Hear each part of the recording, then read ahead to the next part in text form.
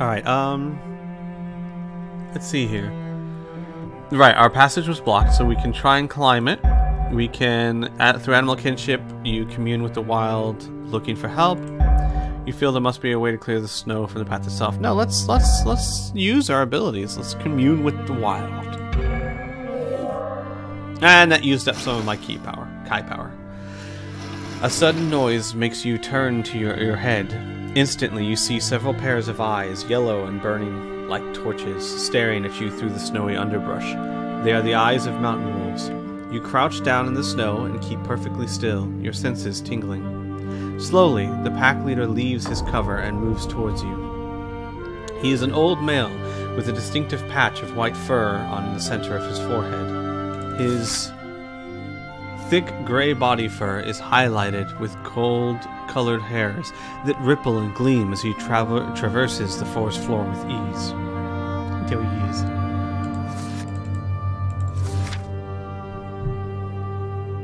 There he is again, with his friends. Hi! How's it going?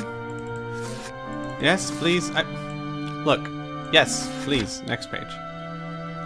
You look directly into his amber eyes, and suddenly you understand what has happened here during the past few days. Images retained in the wolf pack leader's feral memory swim in and out of focus in your mind's eye. You see the villagers of Rockstar fleeing in panic as a war party of Gax rampage through the streets of their mining settlement, killing, burning, and looting everything in their path. These images confirm your worst fears. You rise to your feet, and the wolf pack leader halts in mid-step. You decide that you must reach Rockstar as soon as possible, and instinctively the pack leader senses your purpose here. He turns his head towards the north and lets out a melancholy howl. His pack emerges from hiding. Quickly they follow in his wake, and he leaps forward and lopes away through the snowy foliage. You sense that he knows a way around the avalanche. Without hesitation, you rush forward to join with the wolf pack. You run, and the wolf pack runs with you in perfect harmony. Yay!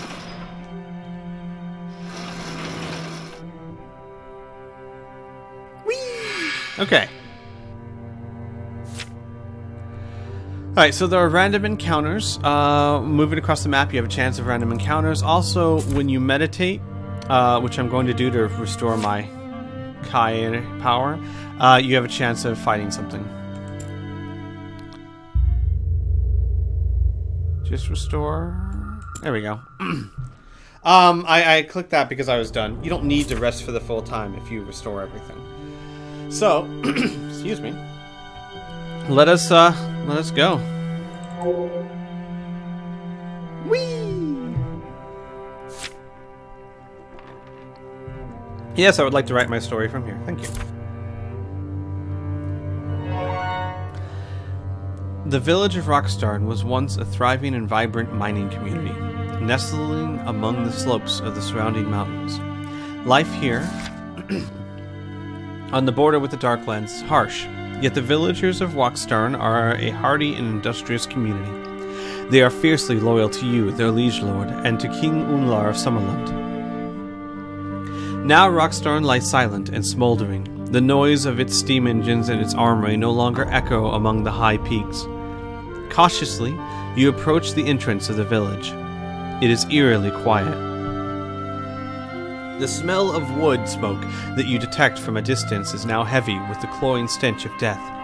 You stare unblinkingly at the horrific scene that greets you, the blood-soaked and lifeless bodies of the villagers lying strewn about the streets. Many were cut down as they fled, while others died fighting desperately to protect their loved ones and their homes. Recent snowfall has covered the slain with a thin white shroud, sparing you the unsettling sight of their gaping frozen wounds. All around, several shops and dwellings have been badly burned or completely destroyed by fire.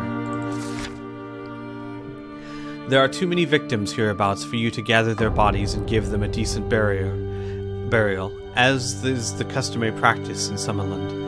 The terrible price that has been paid by the villagers of Rockstar, partly as the consequence of your late arrival, weighs heavily on your heart. You close your eyes, raise your face to the cloudy sky, and make a silent plea to the goddess Aishur to gather and protect the souls of the slain. You open your eyes and advance along the main street, your nerves as taut as wound steel wires. Then you hear something. It is the sound of bare feet on fresh snow. It is followed by the rattle of loose armor and a gurgling growl that sets your pulse racing. It is a gak. Ok ek agak tag jatnik. It drools through its sharp, uneven teeth. You recognize the foul gak language and know enough of it to translate the creature's chilling utterance. I bring you a slow death. Your fears are confirmed by the presence of this hateful gak. Rockstar has been attacked by a gak raiding party. The creature stalking towards you is only one of many now occupying the village. The gak closes in, and defiantly, you stand your ground. You can expect to receive no mercy from this creature, and you will give none in return. We're gonna kill it! With our sword!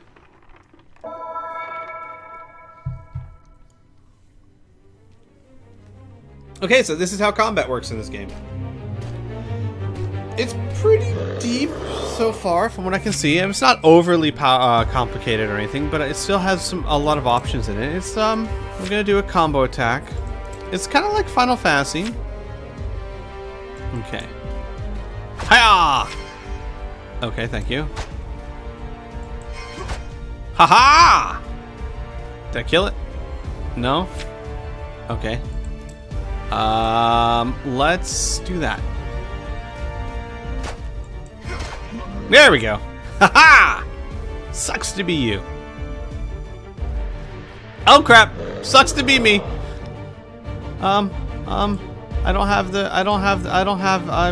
screwed. I can't defend myself. Ow. I usually try and keep enough vitality or endurance left over to defend against their actions.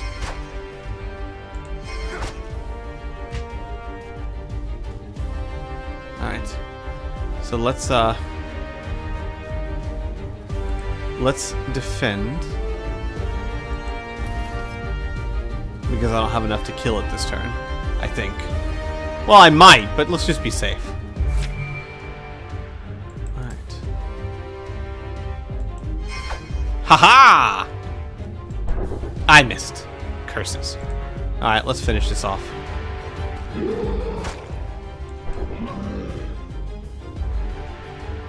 Sweet. So not too bad. It gets a lot harder, even in the short time I've played it. Look at me standing all stoic like. Word to your gak mother. Alright, loots. Let's get some loots. I got some fun throwing knives, a copper ring. Oh, +1 dexterity. Very nice. A picklock, and finest leather pouch with 4 slots in it. Cool. I will take all of that, please. And 20 gold crowns. So, if we go to our inventory, we'll see that I now have a new thing to carry items in. And more throwing knives, in case I need them.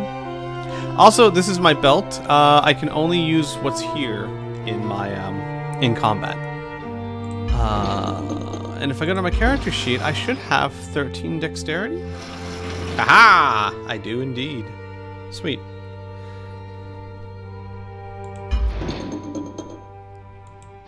Alright. You derive no pleasure from killing, but if there is only one survivor still alive in the village, you vow to do everything you can to find and keep them safe.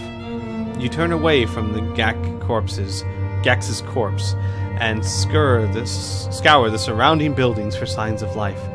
But this part of Rockstar and its inhabitants were hit especially hard. It looks as if the Gax wanted to make doubly sure that nobody else could escape and raise the alarm. The houses and stores are badly damaged, their once fine facades blackened and charred by fire. The closest building is near to collapse. Much of the roof has fallen in and its walls are cracked and holed. Above the smoldering door, you can still see a sign and make out the inscription, Handkar's Store.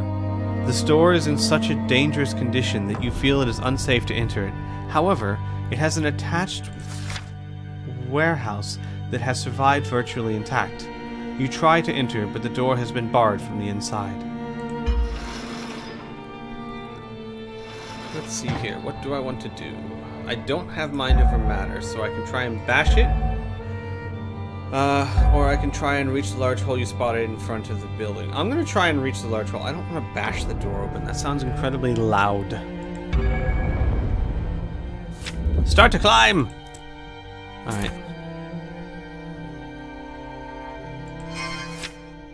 Okay, got it. I got it, game.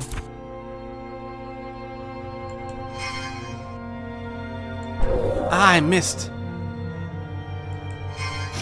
Okay. Poops. Interesting. So I still succeeded, but it took more endurance to do it. With little difficulty, you climb the damaged front of the building and peer through the gaping hole in the wall, directly above the main door. Below, you can see the storage area of this general store. Its goods and produce lie scattered everywhere. You sense the presence of Gax, although you cannot be sure how many are lurking here. Then they scuttle into view. They are fighting over a leg of cured ham they have found. Roughly, they claw and shove each other as they struggle for possession of this haunch of meat. You watch as they come closer to the barred door. When they are below your position, you decide to use the element of surprise to your advantage. You leap down and attack them, catching them unawares. But I don't have much endurance. Is this okay? It wasn't okay last time I did this.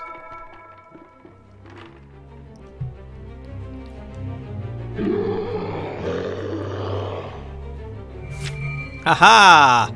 Okay now. Oh, I do have some endurance, so let's... How much does this cost? 350. That costs 400. That cost 500. Okay, now let's do a quick attack and then we'll defend. Okay, just do a quick attack and then we'll defend.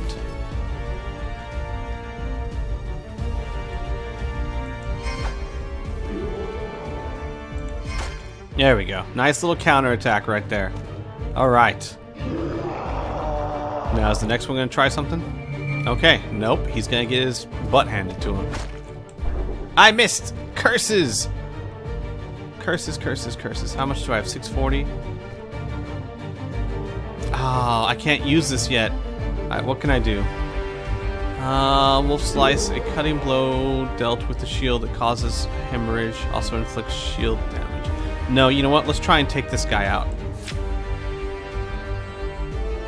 Sacrifice event?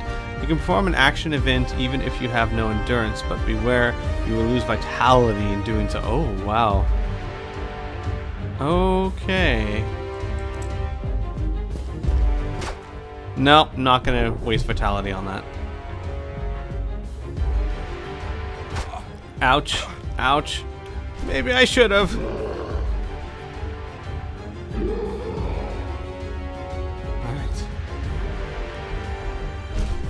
Ah! Ow! That hurts. Yes, I'm aware of the belt items. Thank you very much. Alright. Whoa! Hey there! Slow down, big guy. Alright, he's down.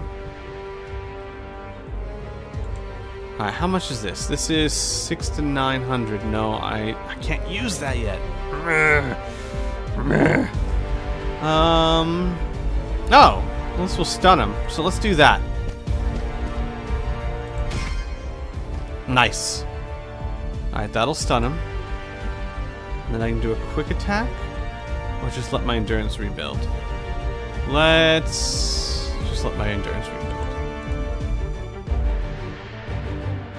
Actually, you know what? I'm about to refill my endurance anyway, so let's get him. Hopefully that removed the stun, though. That was okay. Okay, we learned that. We learned not to do that. Ow, ow. Pain in my torso from the blades. How about we share? I missed it. Oh, poo. All right. Okay, that's fine. Oh, what? Wait, what was I supposed to do with that one? Oh, at least it killed him. Yeah, well, that's what you get, Lone Wolf, for jumping down in the middle of them when you had almost no endurance. Genius. Okay, so I'm a bit hurt. Oh, boy. Ooh, I got a copper ring. I already had a copper ring. Can I wear 2 copper rings and have +2 to my dexterity? Can I? Game? Yes, I can! Ha ha! So I've got like 14 dex now. I am okay with this. I have a 7% chance to dodge and parry and a 7% chance to score critical hits. Nice. This was once a thriving general store, but now it lies in ruin. Its structure badly damaged by fires that were started deliberately by the marauding Gex. Much of its stock has also been looted or despoiled by these unwelcome invaders. A map of Rockstar and the surrounding mountainous area hangs on the soot-blackened wall. This mining village is built on a plateau of rock overlooking the sunken forest. The entrance to its famous Boron mines is located in the southeast part of the crater-like wall of the rocks that surrounds and contains the wood depression. You suspect the Boron may be the reason why the Gex have attacked Rockstar in force. You search through the debris that covers the floor, but there is little of value to be found. You are about to stop your search and leave the store when, behind the store's counter, you discover something that sparks your curiosity. It is a large wooden chest, and it is locked. And we're gonna steal from it. We're not stealing! We're the lord of this land! It's a tithe. It's taxes. This is what's owed to me. So, just like Fallout.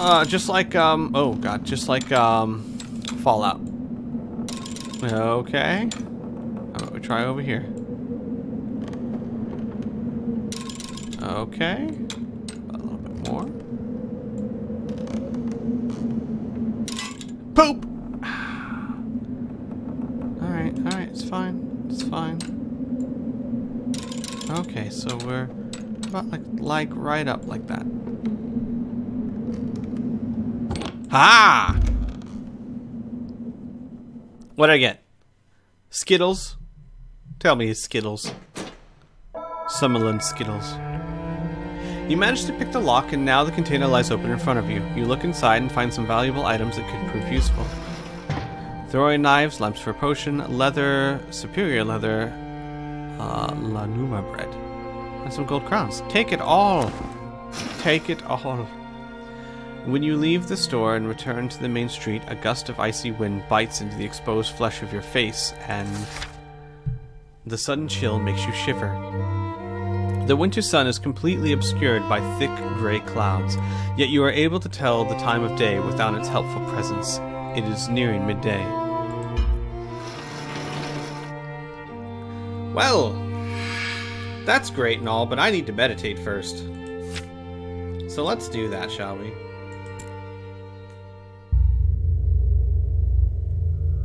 Just get all the health back. Woohoo!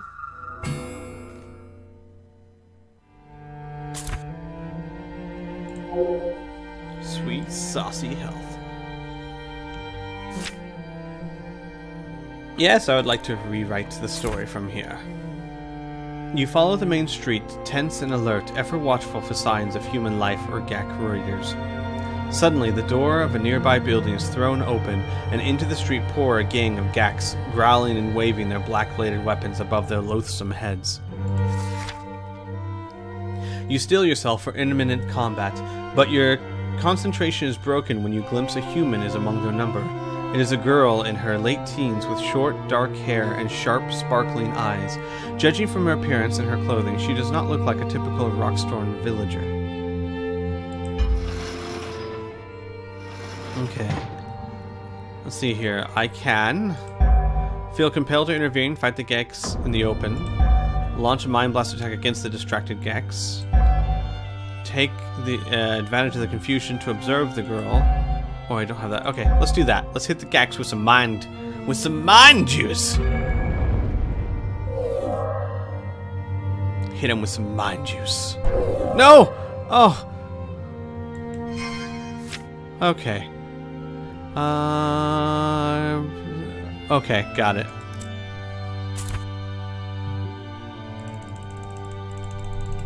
Ah! Okay. The Gax are so preoccupied with the girl that they fail to see you standing openly in the street nearby. Quickly, you seize the advantage and launch a psychic attack upon this closely grouped gang of enemies. The searing effect of your mind blast makes the Gax shriek with pain. You glance towards the girl and see that she has stopped momentarily. For a fleeting second, your eyes meet. In the blink of an eye, she upholsters a small crossbow from beneath her cloak. It is unlike any crossbow you have ever seen before.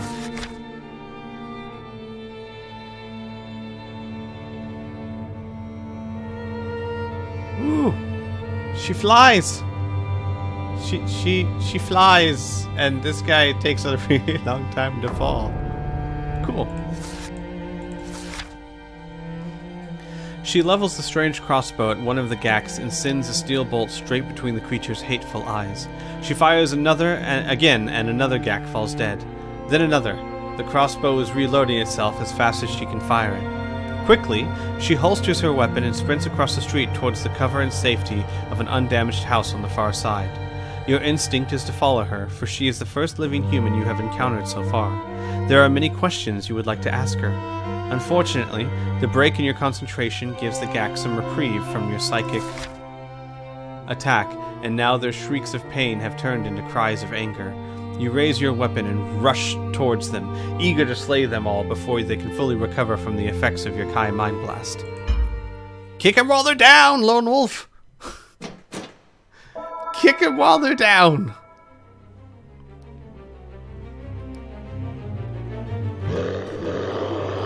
Let's do this!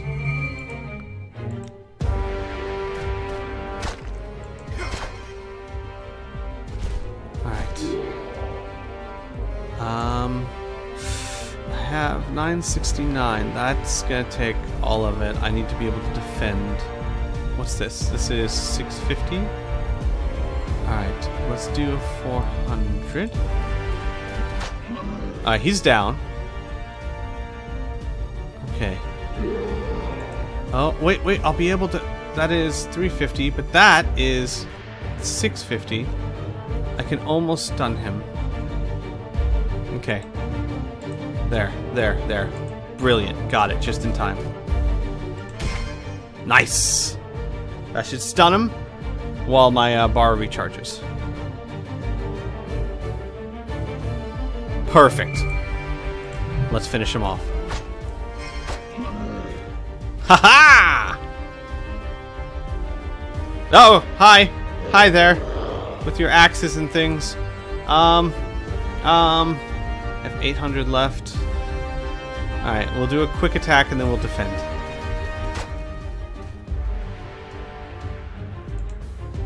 I'll do that.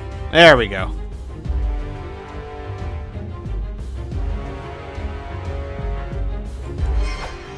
Ha-ha! Suck it. Alright, I'm getting the hang of this, more or less. Oh, calm down.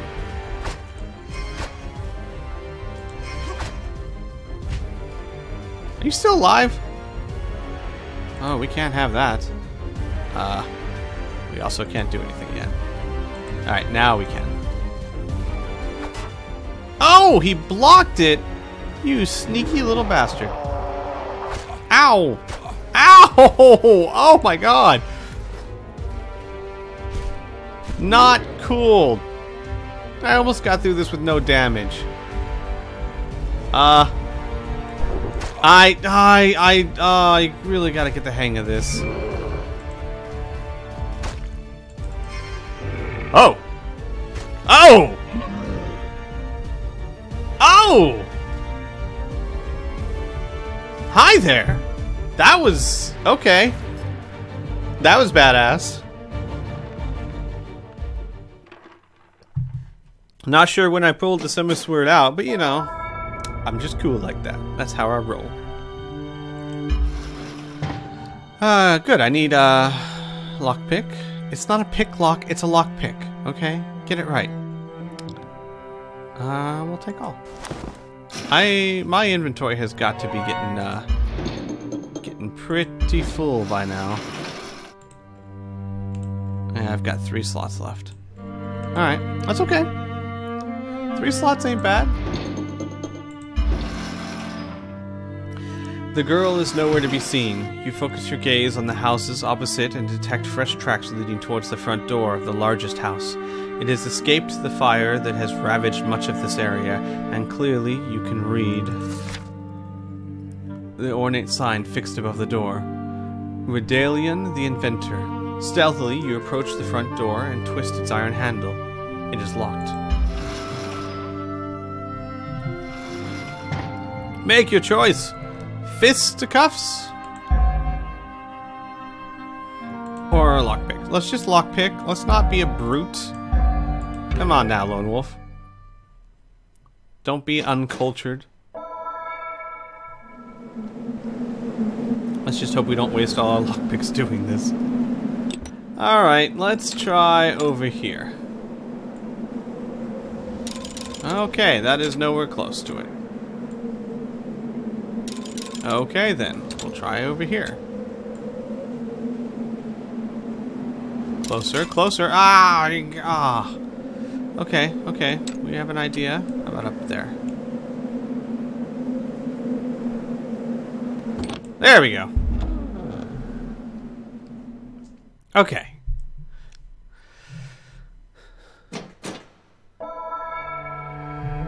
You hear the click of the lock opening and you reach for the door handle. One twist and it opens easily on its well-oiled hinges. Cautiously, you enter the open doorway and catch your first glimpse of the interior of Redleon's house. It is furnished with sturdy chairs and tables, all stacked high with blueprints from inventions, prototypes, clockwork devices, and tools of all kinds. Your eyes adapt quickly to the dark interior, and your ears detect the scurry of female feet, shod in soft leather. From out of the shadows, the girl comes running towards you. "Who are you?" she demands to know. "I am Lone Wolf, and I am your liege lord," you reply, taken aback by her impertinent tone. Okay, I wouldn't call it impertinent. Let's just say I'm taken aback by her aggressive tone. I don't think Lone Wolf would think anyone's impertinent. He doesn't. I don't think he's that full of himself. And who are you? I am Leandra. Redalion is my father. Redalion is my father. Leandra's voice is tense and irritable. It's as if she resents having to answer your simple question. This is not how the villagers would normally address their liege lord, and you assume she must be in a state of shock. "Thank you, my lord," she says, her voice dripping with sarcasm. "So gracious of you to visit our humble little village. Such a pity you arrived too late. Far too late." Her harsh words shock you into stunned silence. You're a little unnerved by her disrespect and her belligerence. Oh, what do I want to do? Do I want to punch her? Remain silent as you ponder the girl's irreverent manners, or, all things considered, you decide to address the girl as diplomatically as you can. Let's do that. She's had a rough day. The girl is clearly upset by the calamity that has befallen her village, her friends, and her family. You soften your expression and try to console her sympathetically. "I came as soon as I received word that you were in trouble. I have sent an urgent message to the king, and he will send troops here to deal with the Gax. Of that you can be sure." The girl nods her head, acknowledging your words of comfort, but she does not say anything in reply. You sense that she is not entirely convinced that what you say will come to pass. She goes to the front door and closes it before she says anything more. The girl goes and stands next to a latticed window in front of the house. Anxiously, she peers into the streets beyond. She is fearful that more Gax will arrive soon and try to break into her house. You stand on the other side of the window and try to get her to talk to you. Together, you keep watch for marauding gangs of Gax. After a few minutes of uneasy silence, finally, she relents and tells you what has happened in Rockstar. She also tells you something about herself and her famous father. A large raiding party of Gax, supported by Dracarum attacked the village the day before yesterday. They gained entry into the village by way of the large steam-powered elevator platform. This elevator is used to hoist wagons and borne ore and convey miners to the floor of the sunken forest. Rockstar was attacked during the day. From this fact, you deduce that the raiders were not focused upon killing the townsfolk, since they launched their attack at a time when the village was least occupied. Many of the villagers were down in the sunken forest when the attack began, either working in the mines or gathering timber. These lucky ones have all since taken refuge in the mines, which may well be the safest place at the present, and certainly the easiest to defend. Unfortunately, the timing of the attack caught the most vulnerable villagers unaware and undefended. You recall the macabre sight that greeted your arrival, and a shiver runs down your spine. The armies of the Dark Lords are cruel beyond reason. They delight in murder and mayhem and know no other way. Leandra is unsure about precisely what the raiders came for, but she stayed behind to sabotage the elevator. She acted with the help of Tarlar, the village sheriff. By doing so, she would prevent the Gax from pursuing and killing her kinfolk before they could reach the sanctuary of the mines. She has since played cat and mouse with the Gax, constantly moving and hiding to avoid being captured or killed. She tells you that she removed 3 essential parts of the elevator mechanism: the compression valve, the drive chain, and the control handle. She has one of the parts in her pocket. It is the compression valve. The other 2 parts are in separate locations in the village. Leandra tells you that Tarlar, the sheriff, has the control handle, and that she hid the drive chain in the foundry near the ore smelting works, a large building located close to the cliff edge. Without these parts, the elevator is useless. The GAC cannot return to the forest floor. They are trapped here. The cliff is steep and sheer, and is too treacherous to descend by rope. Leandra is anxious to rejoin her father and the others who are now hiding in the mines. Rockstar is far too dangerous a place for her to stay here any longer, but she is sorely aware that the only way down to the forest floor is by using the elevator. Come on. To do this, she must have all 3 of the missing parts so that she can refit them and get the elevator working again. Alright, what do we got here? We've got ask Leandra if she works as her father's assistant. You are impressed by Leandra's skills and you ask her about them. You feel the urge to move on. There's no time to lose. Let's compliment her on her skills. You tell her that you are very impressed by the courage she has shown. You compliment her. Your compliment makes her smile, but only a little. It is the first time you have seen her relax her stern expression. How have you been able to survive in a village full of enemies, you ask? Leandra's smile broadens. I followed my father's footsteps as an inventor, but my work is, how shall I say, less theoretical and more personal.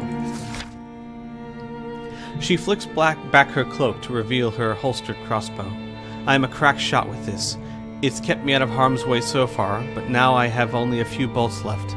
My ammunition is running out fast, and so too, I fear, is my luck. She reaches to a velvet pouch hanging from her leather belt. She clicks open its clasp and takes a small metal cylinder which she hands to you. I think this compression valve would be better off in your safekeeping. Please, keep it secure. Our lives may depend on it. You take the compression valve and store it carefully in your backpack. Leandra stares directly into your eyes and says, I am determined to join my father and my people in the mine.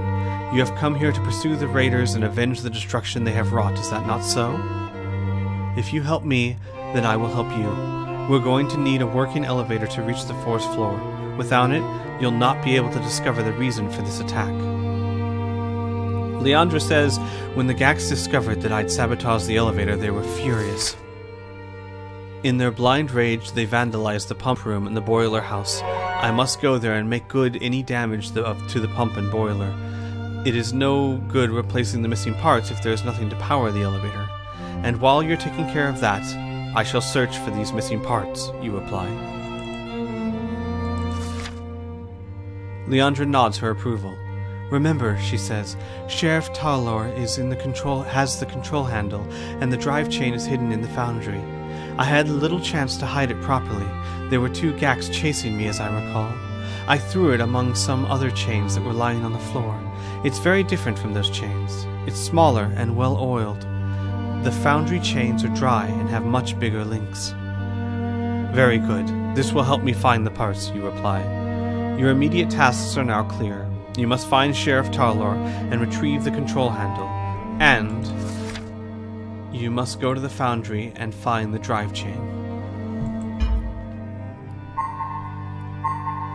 Intelligence, animal discipline, dexterity, mind blast, lockpicking, intelligence, talking.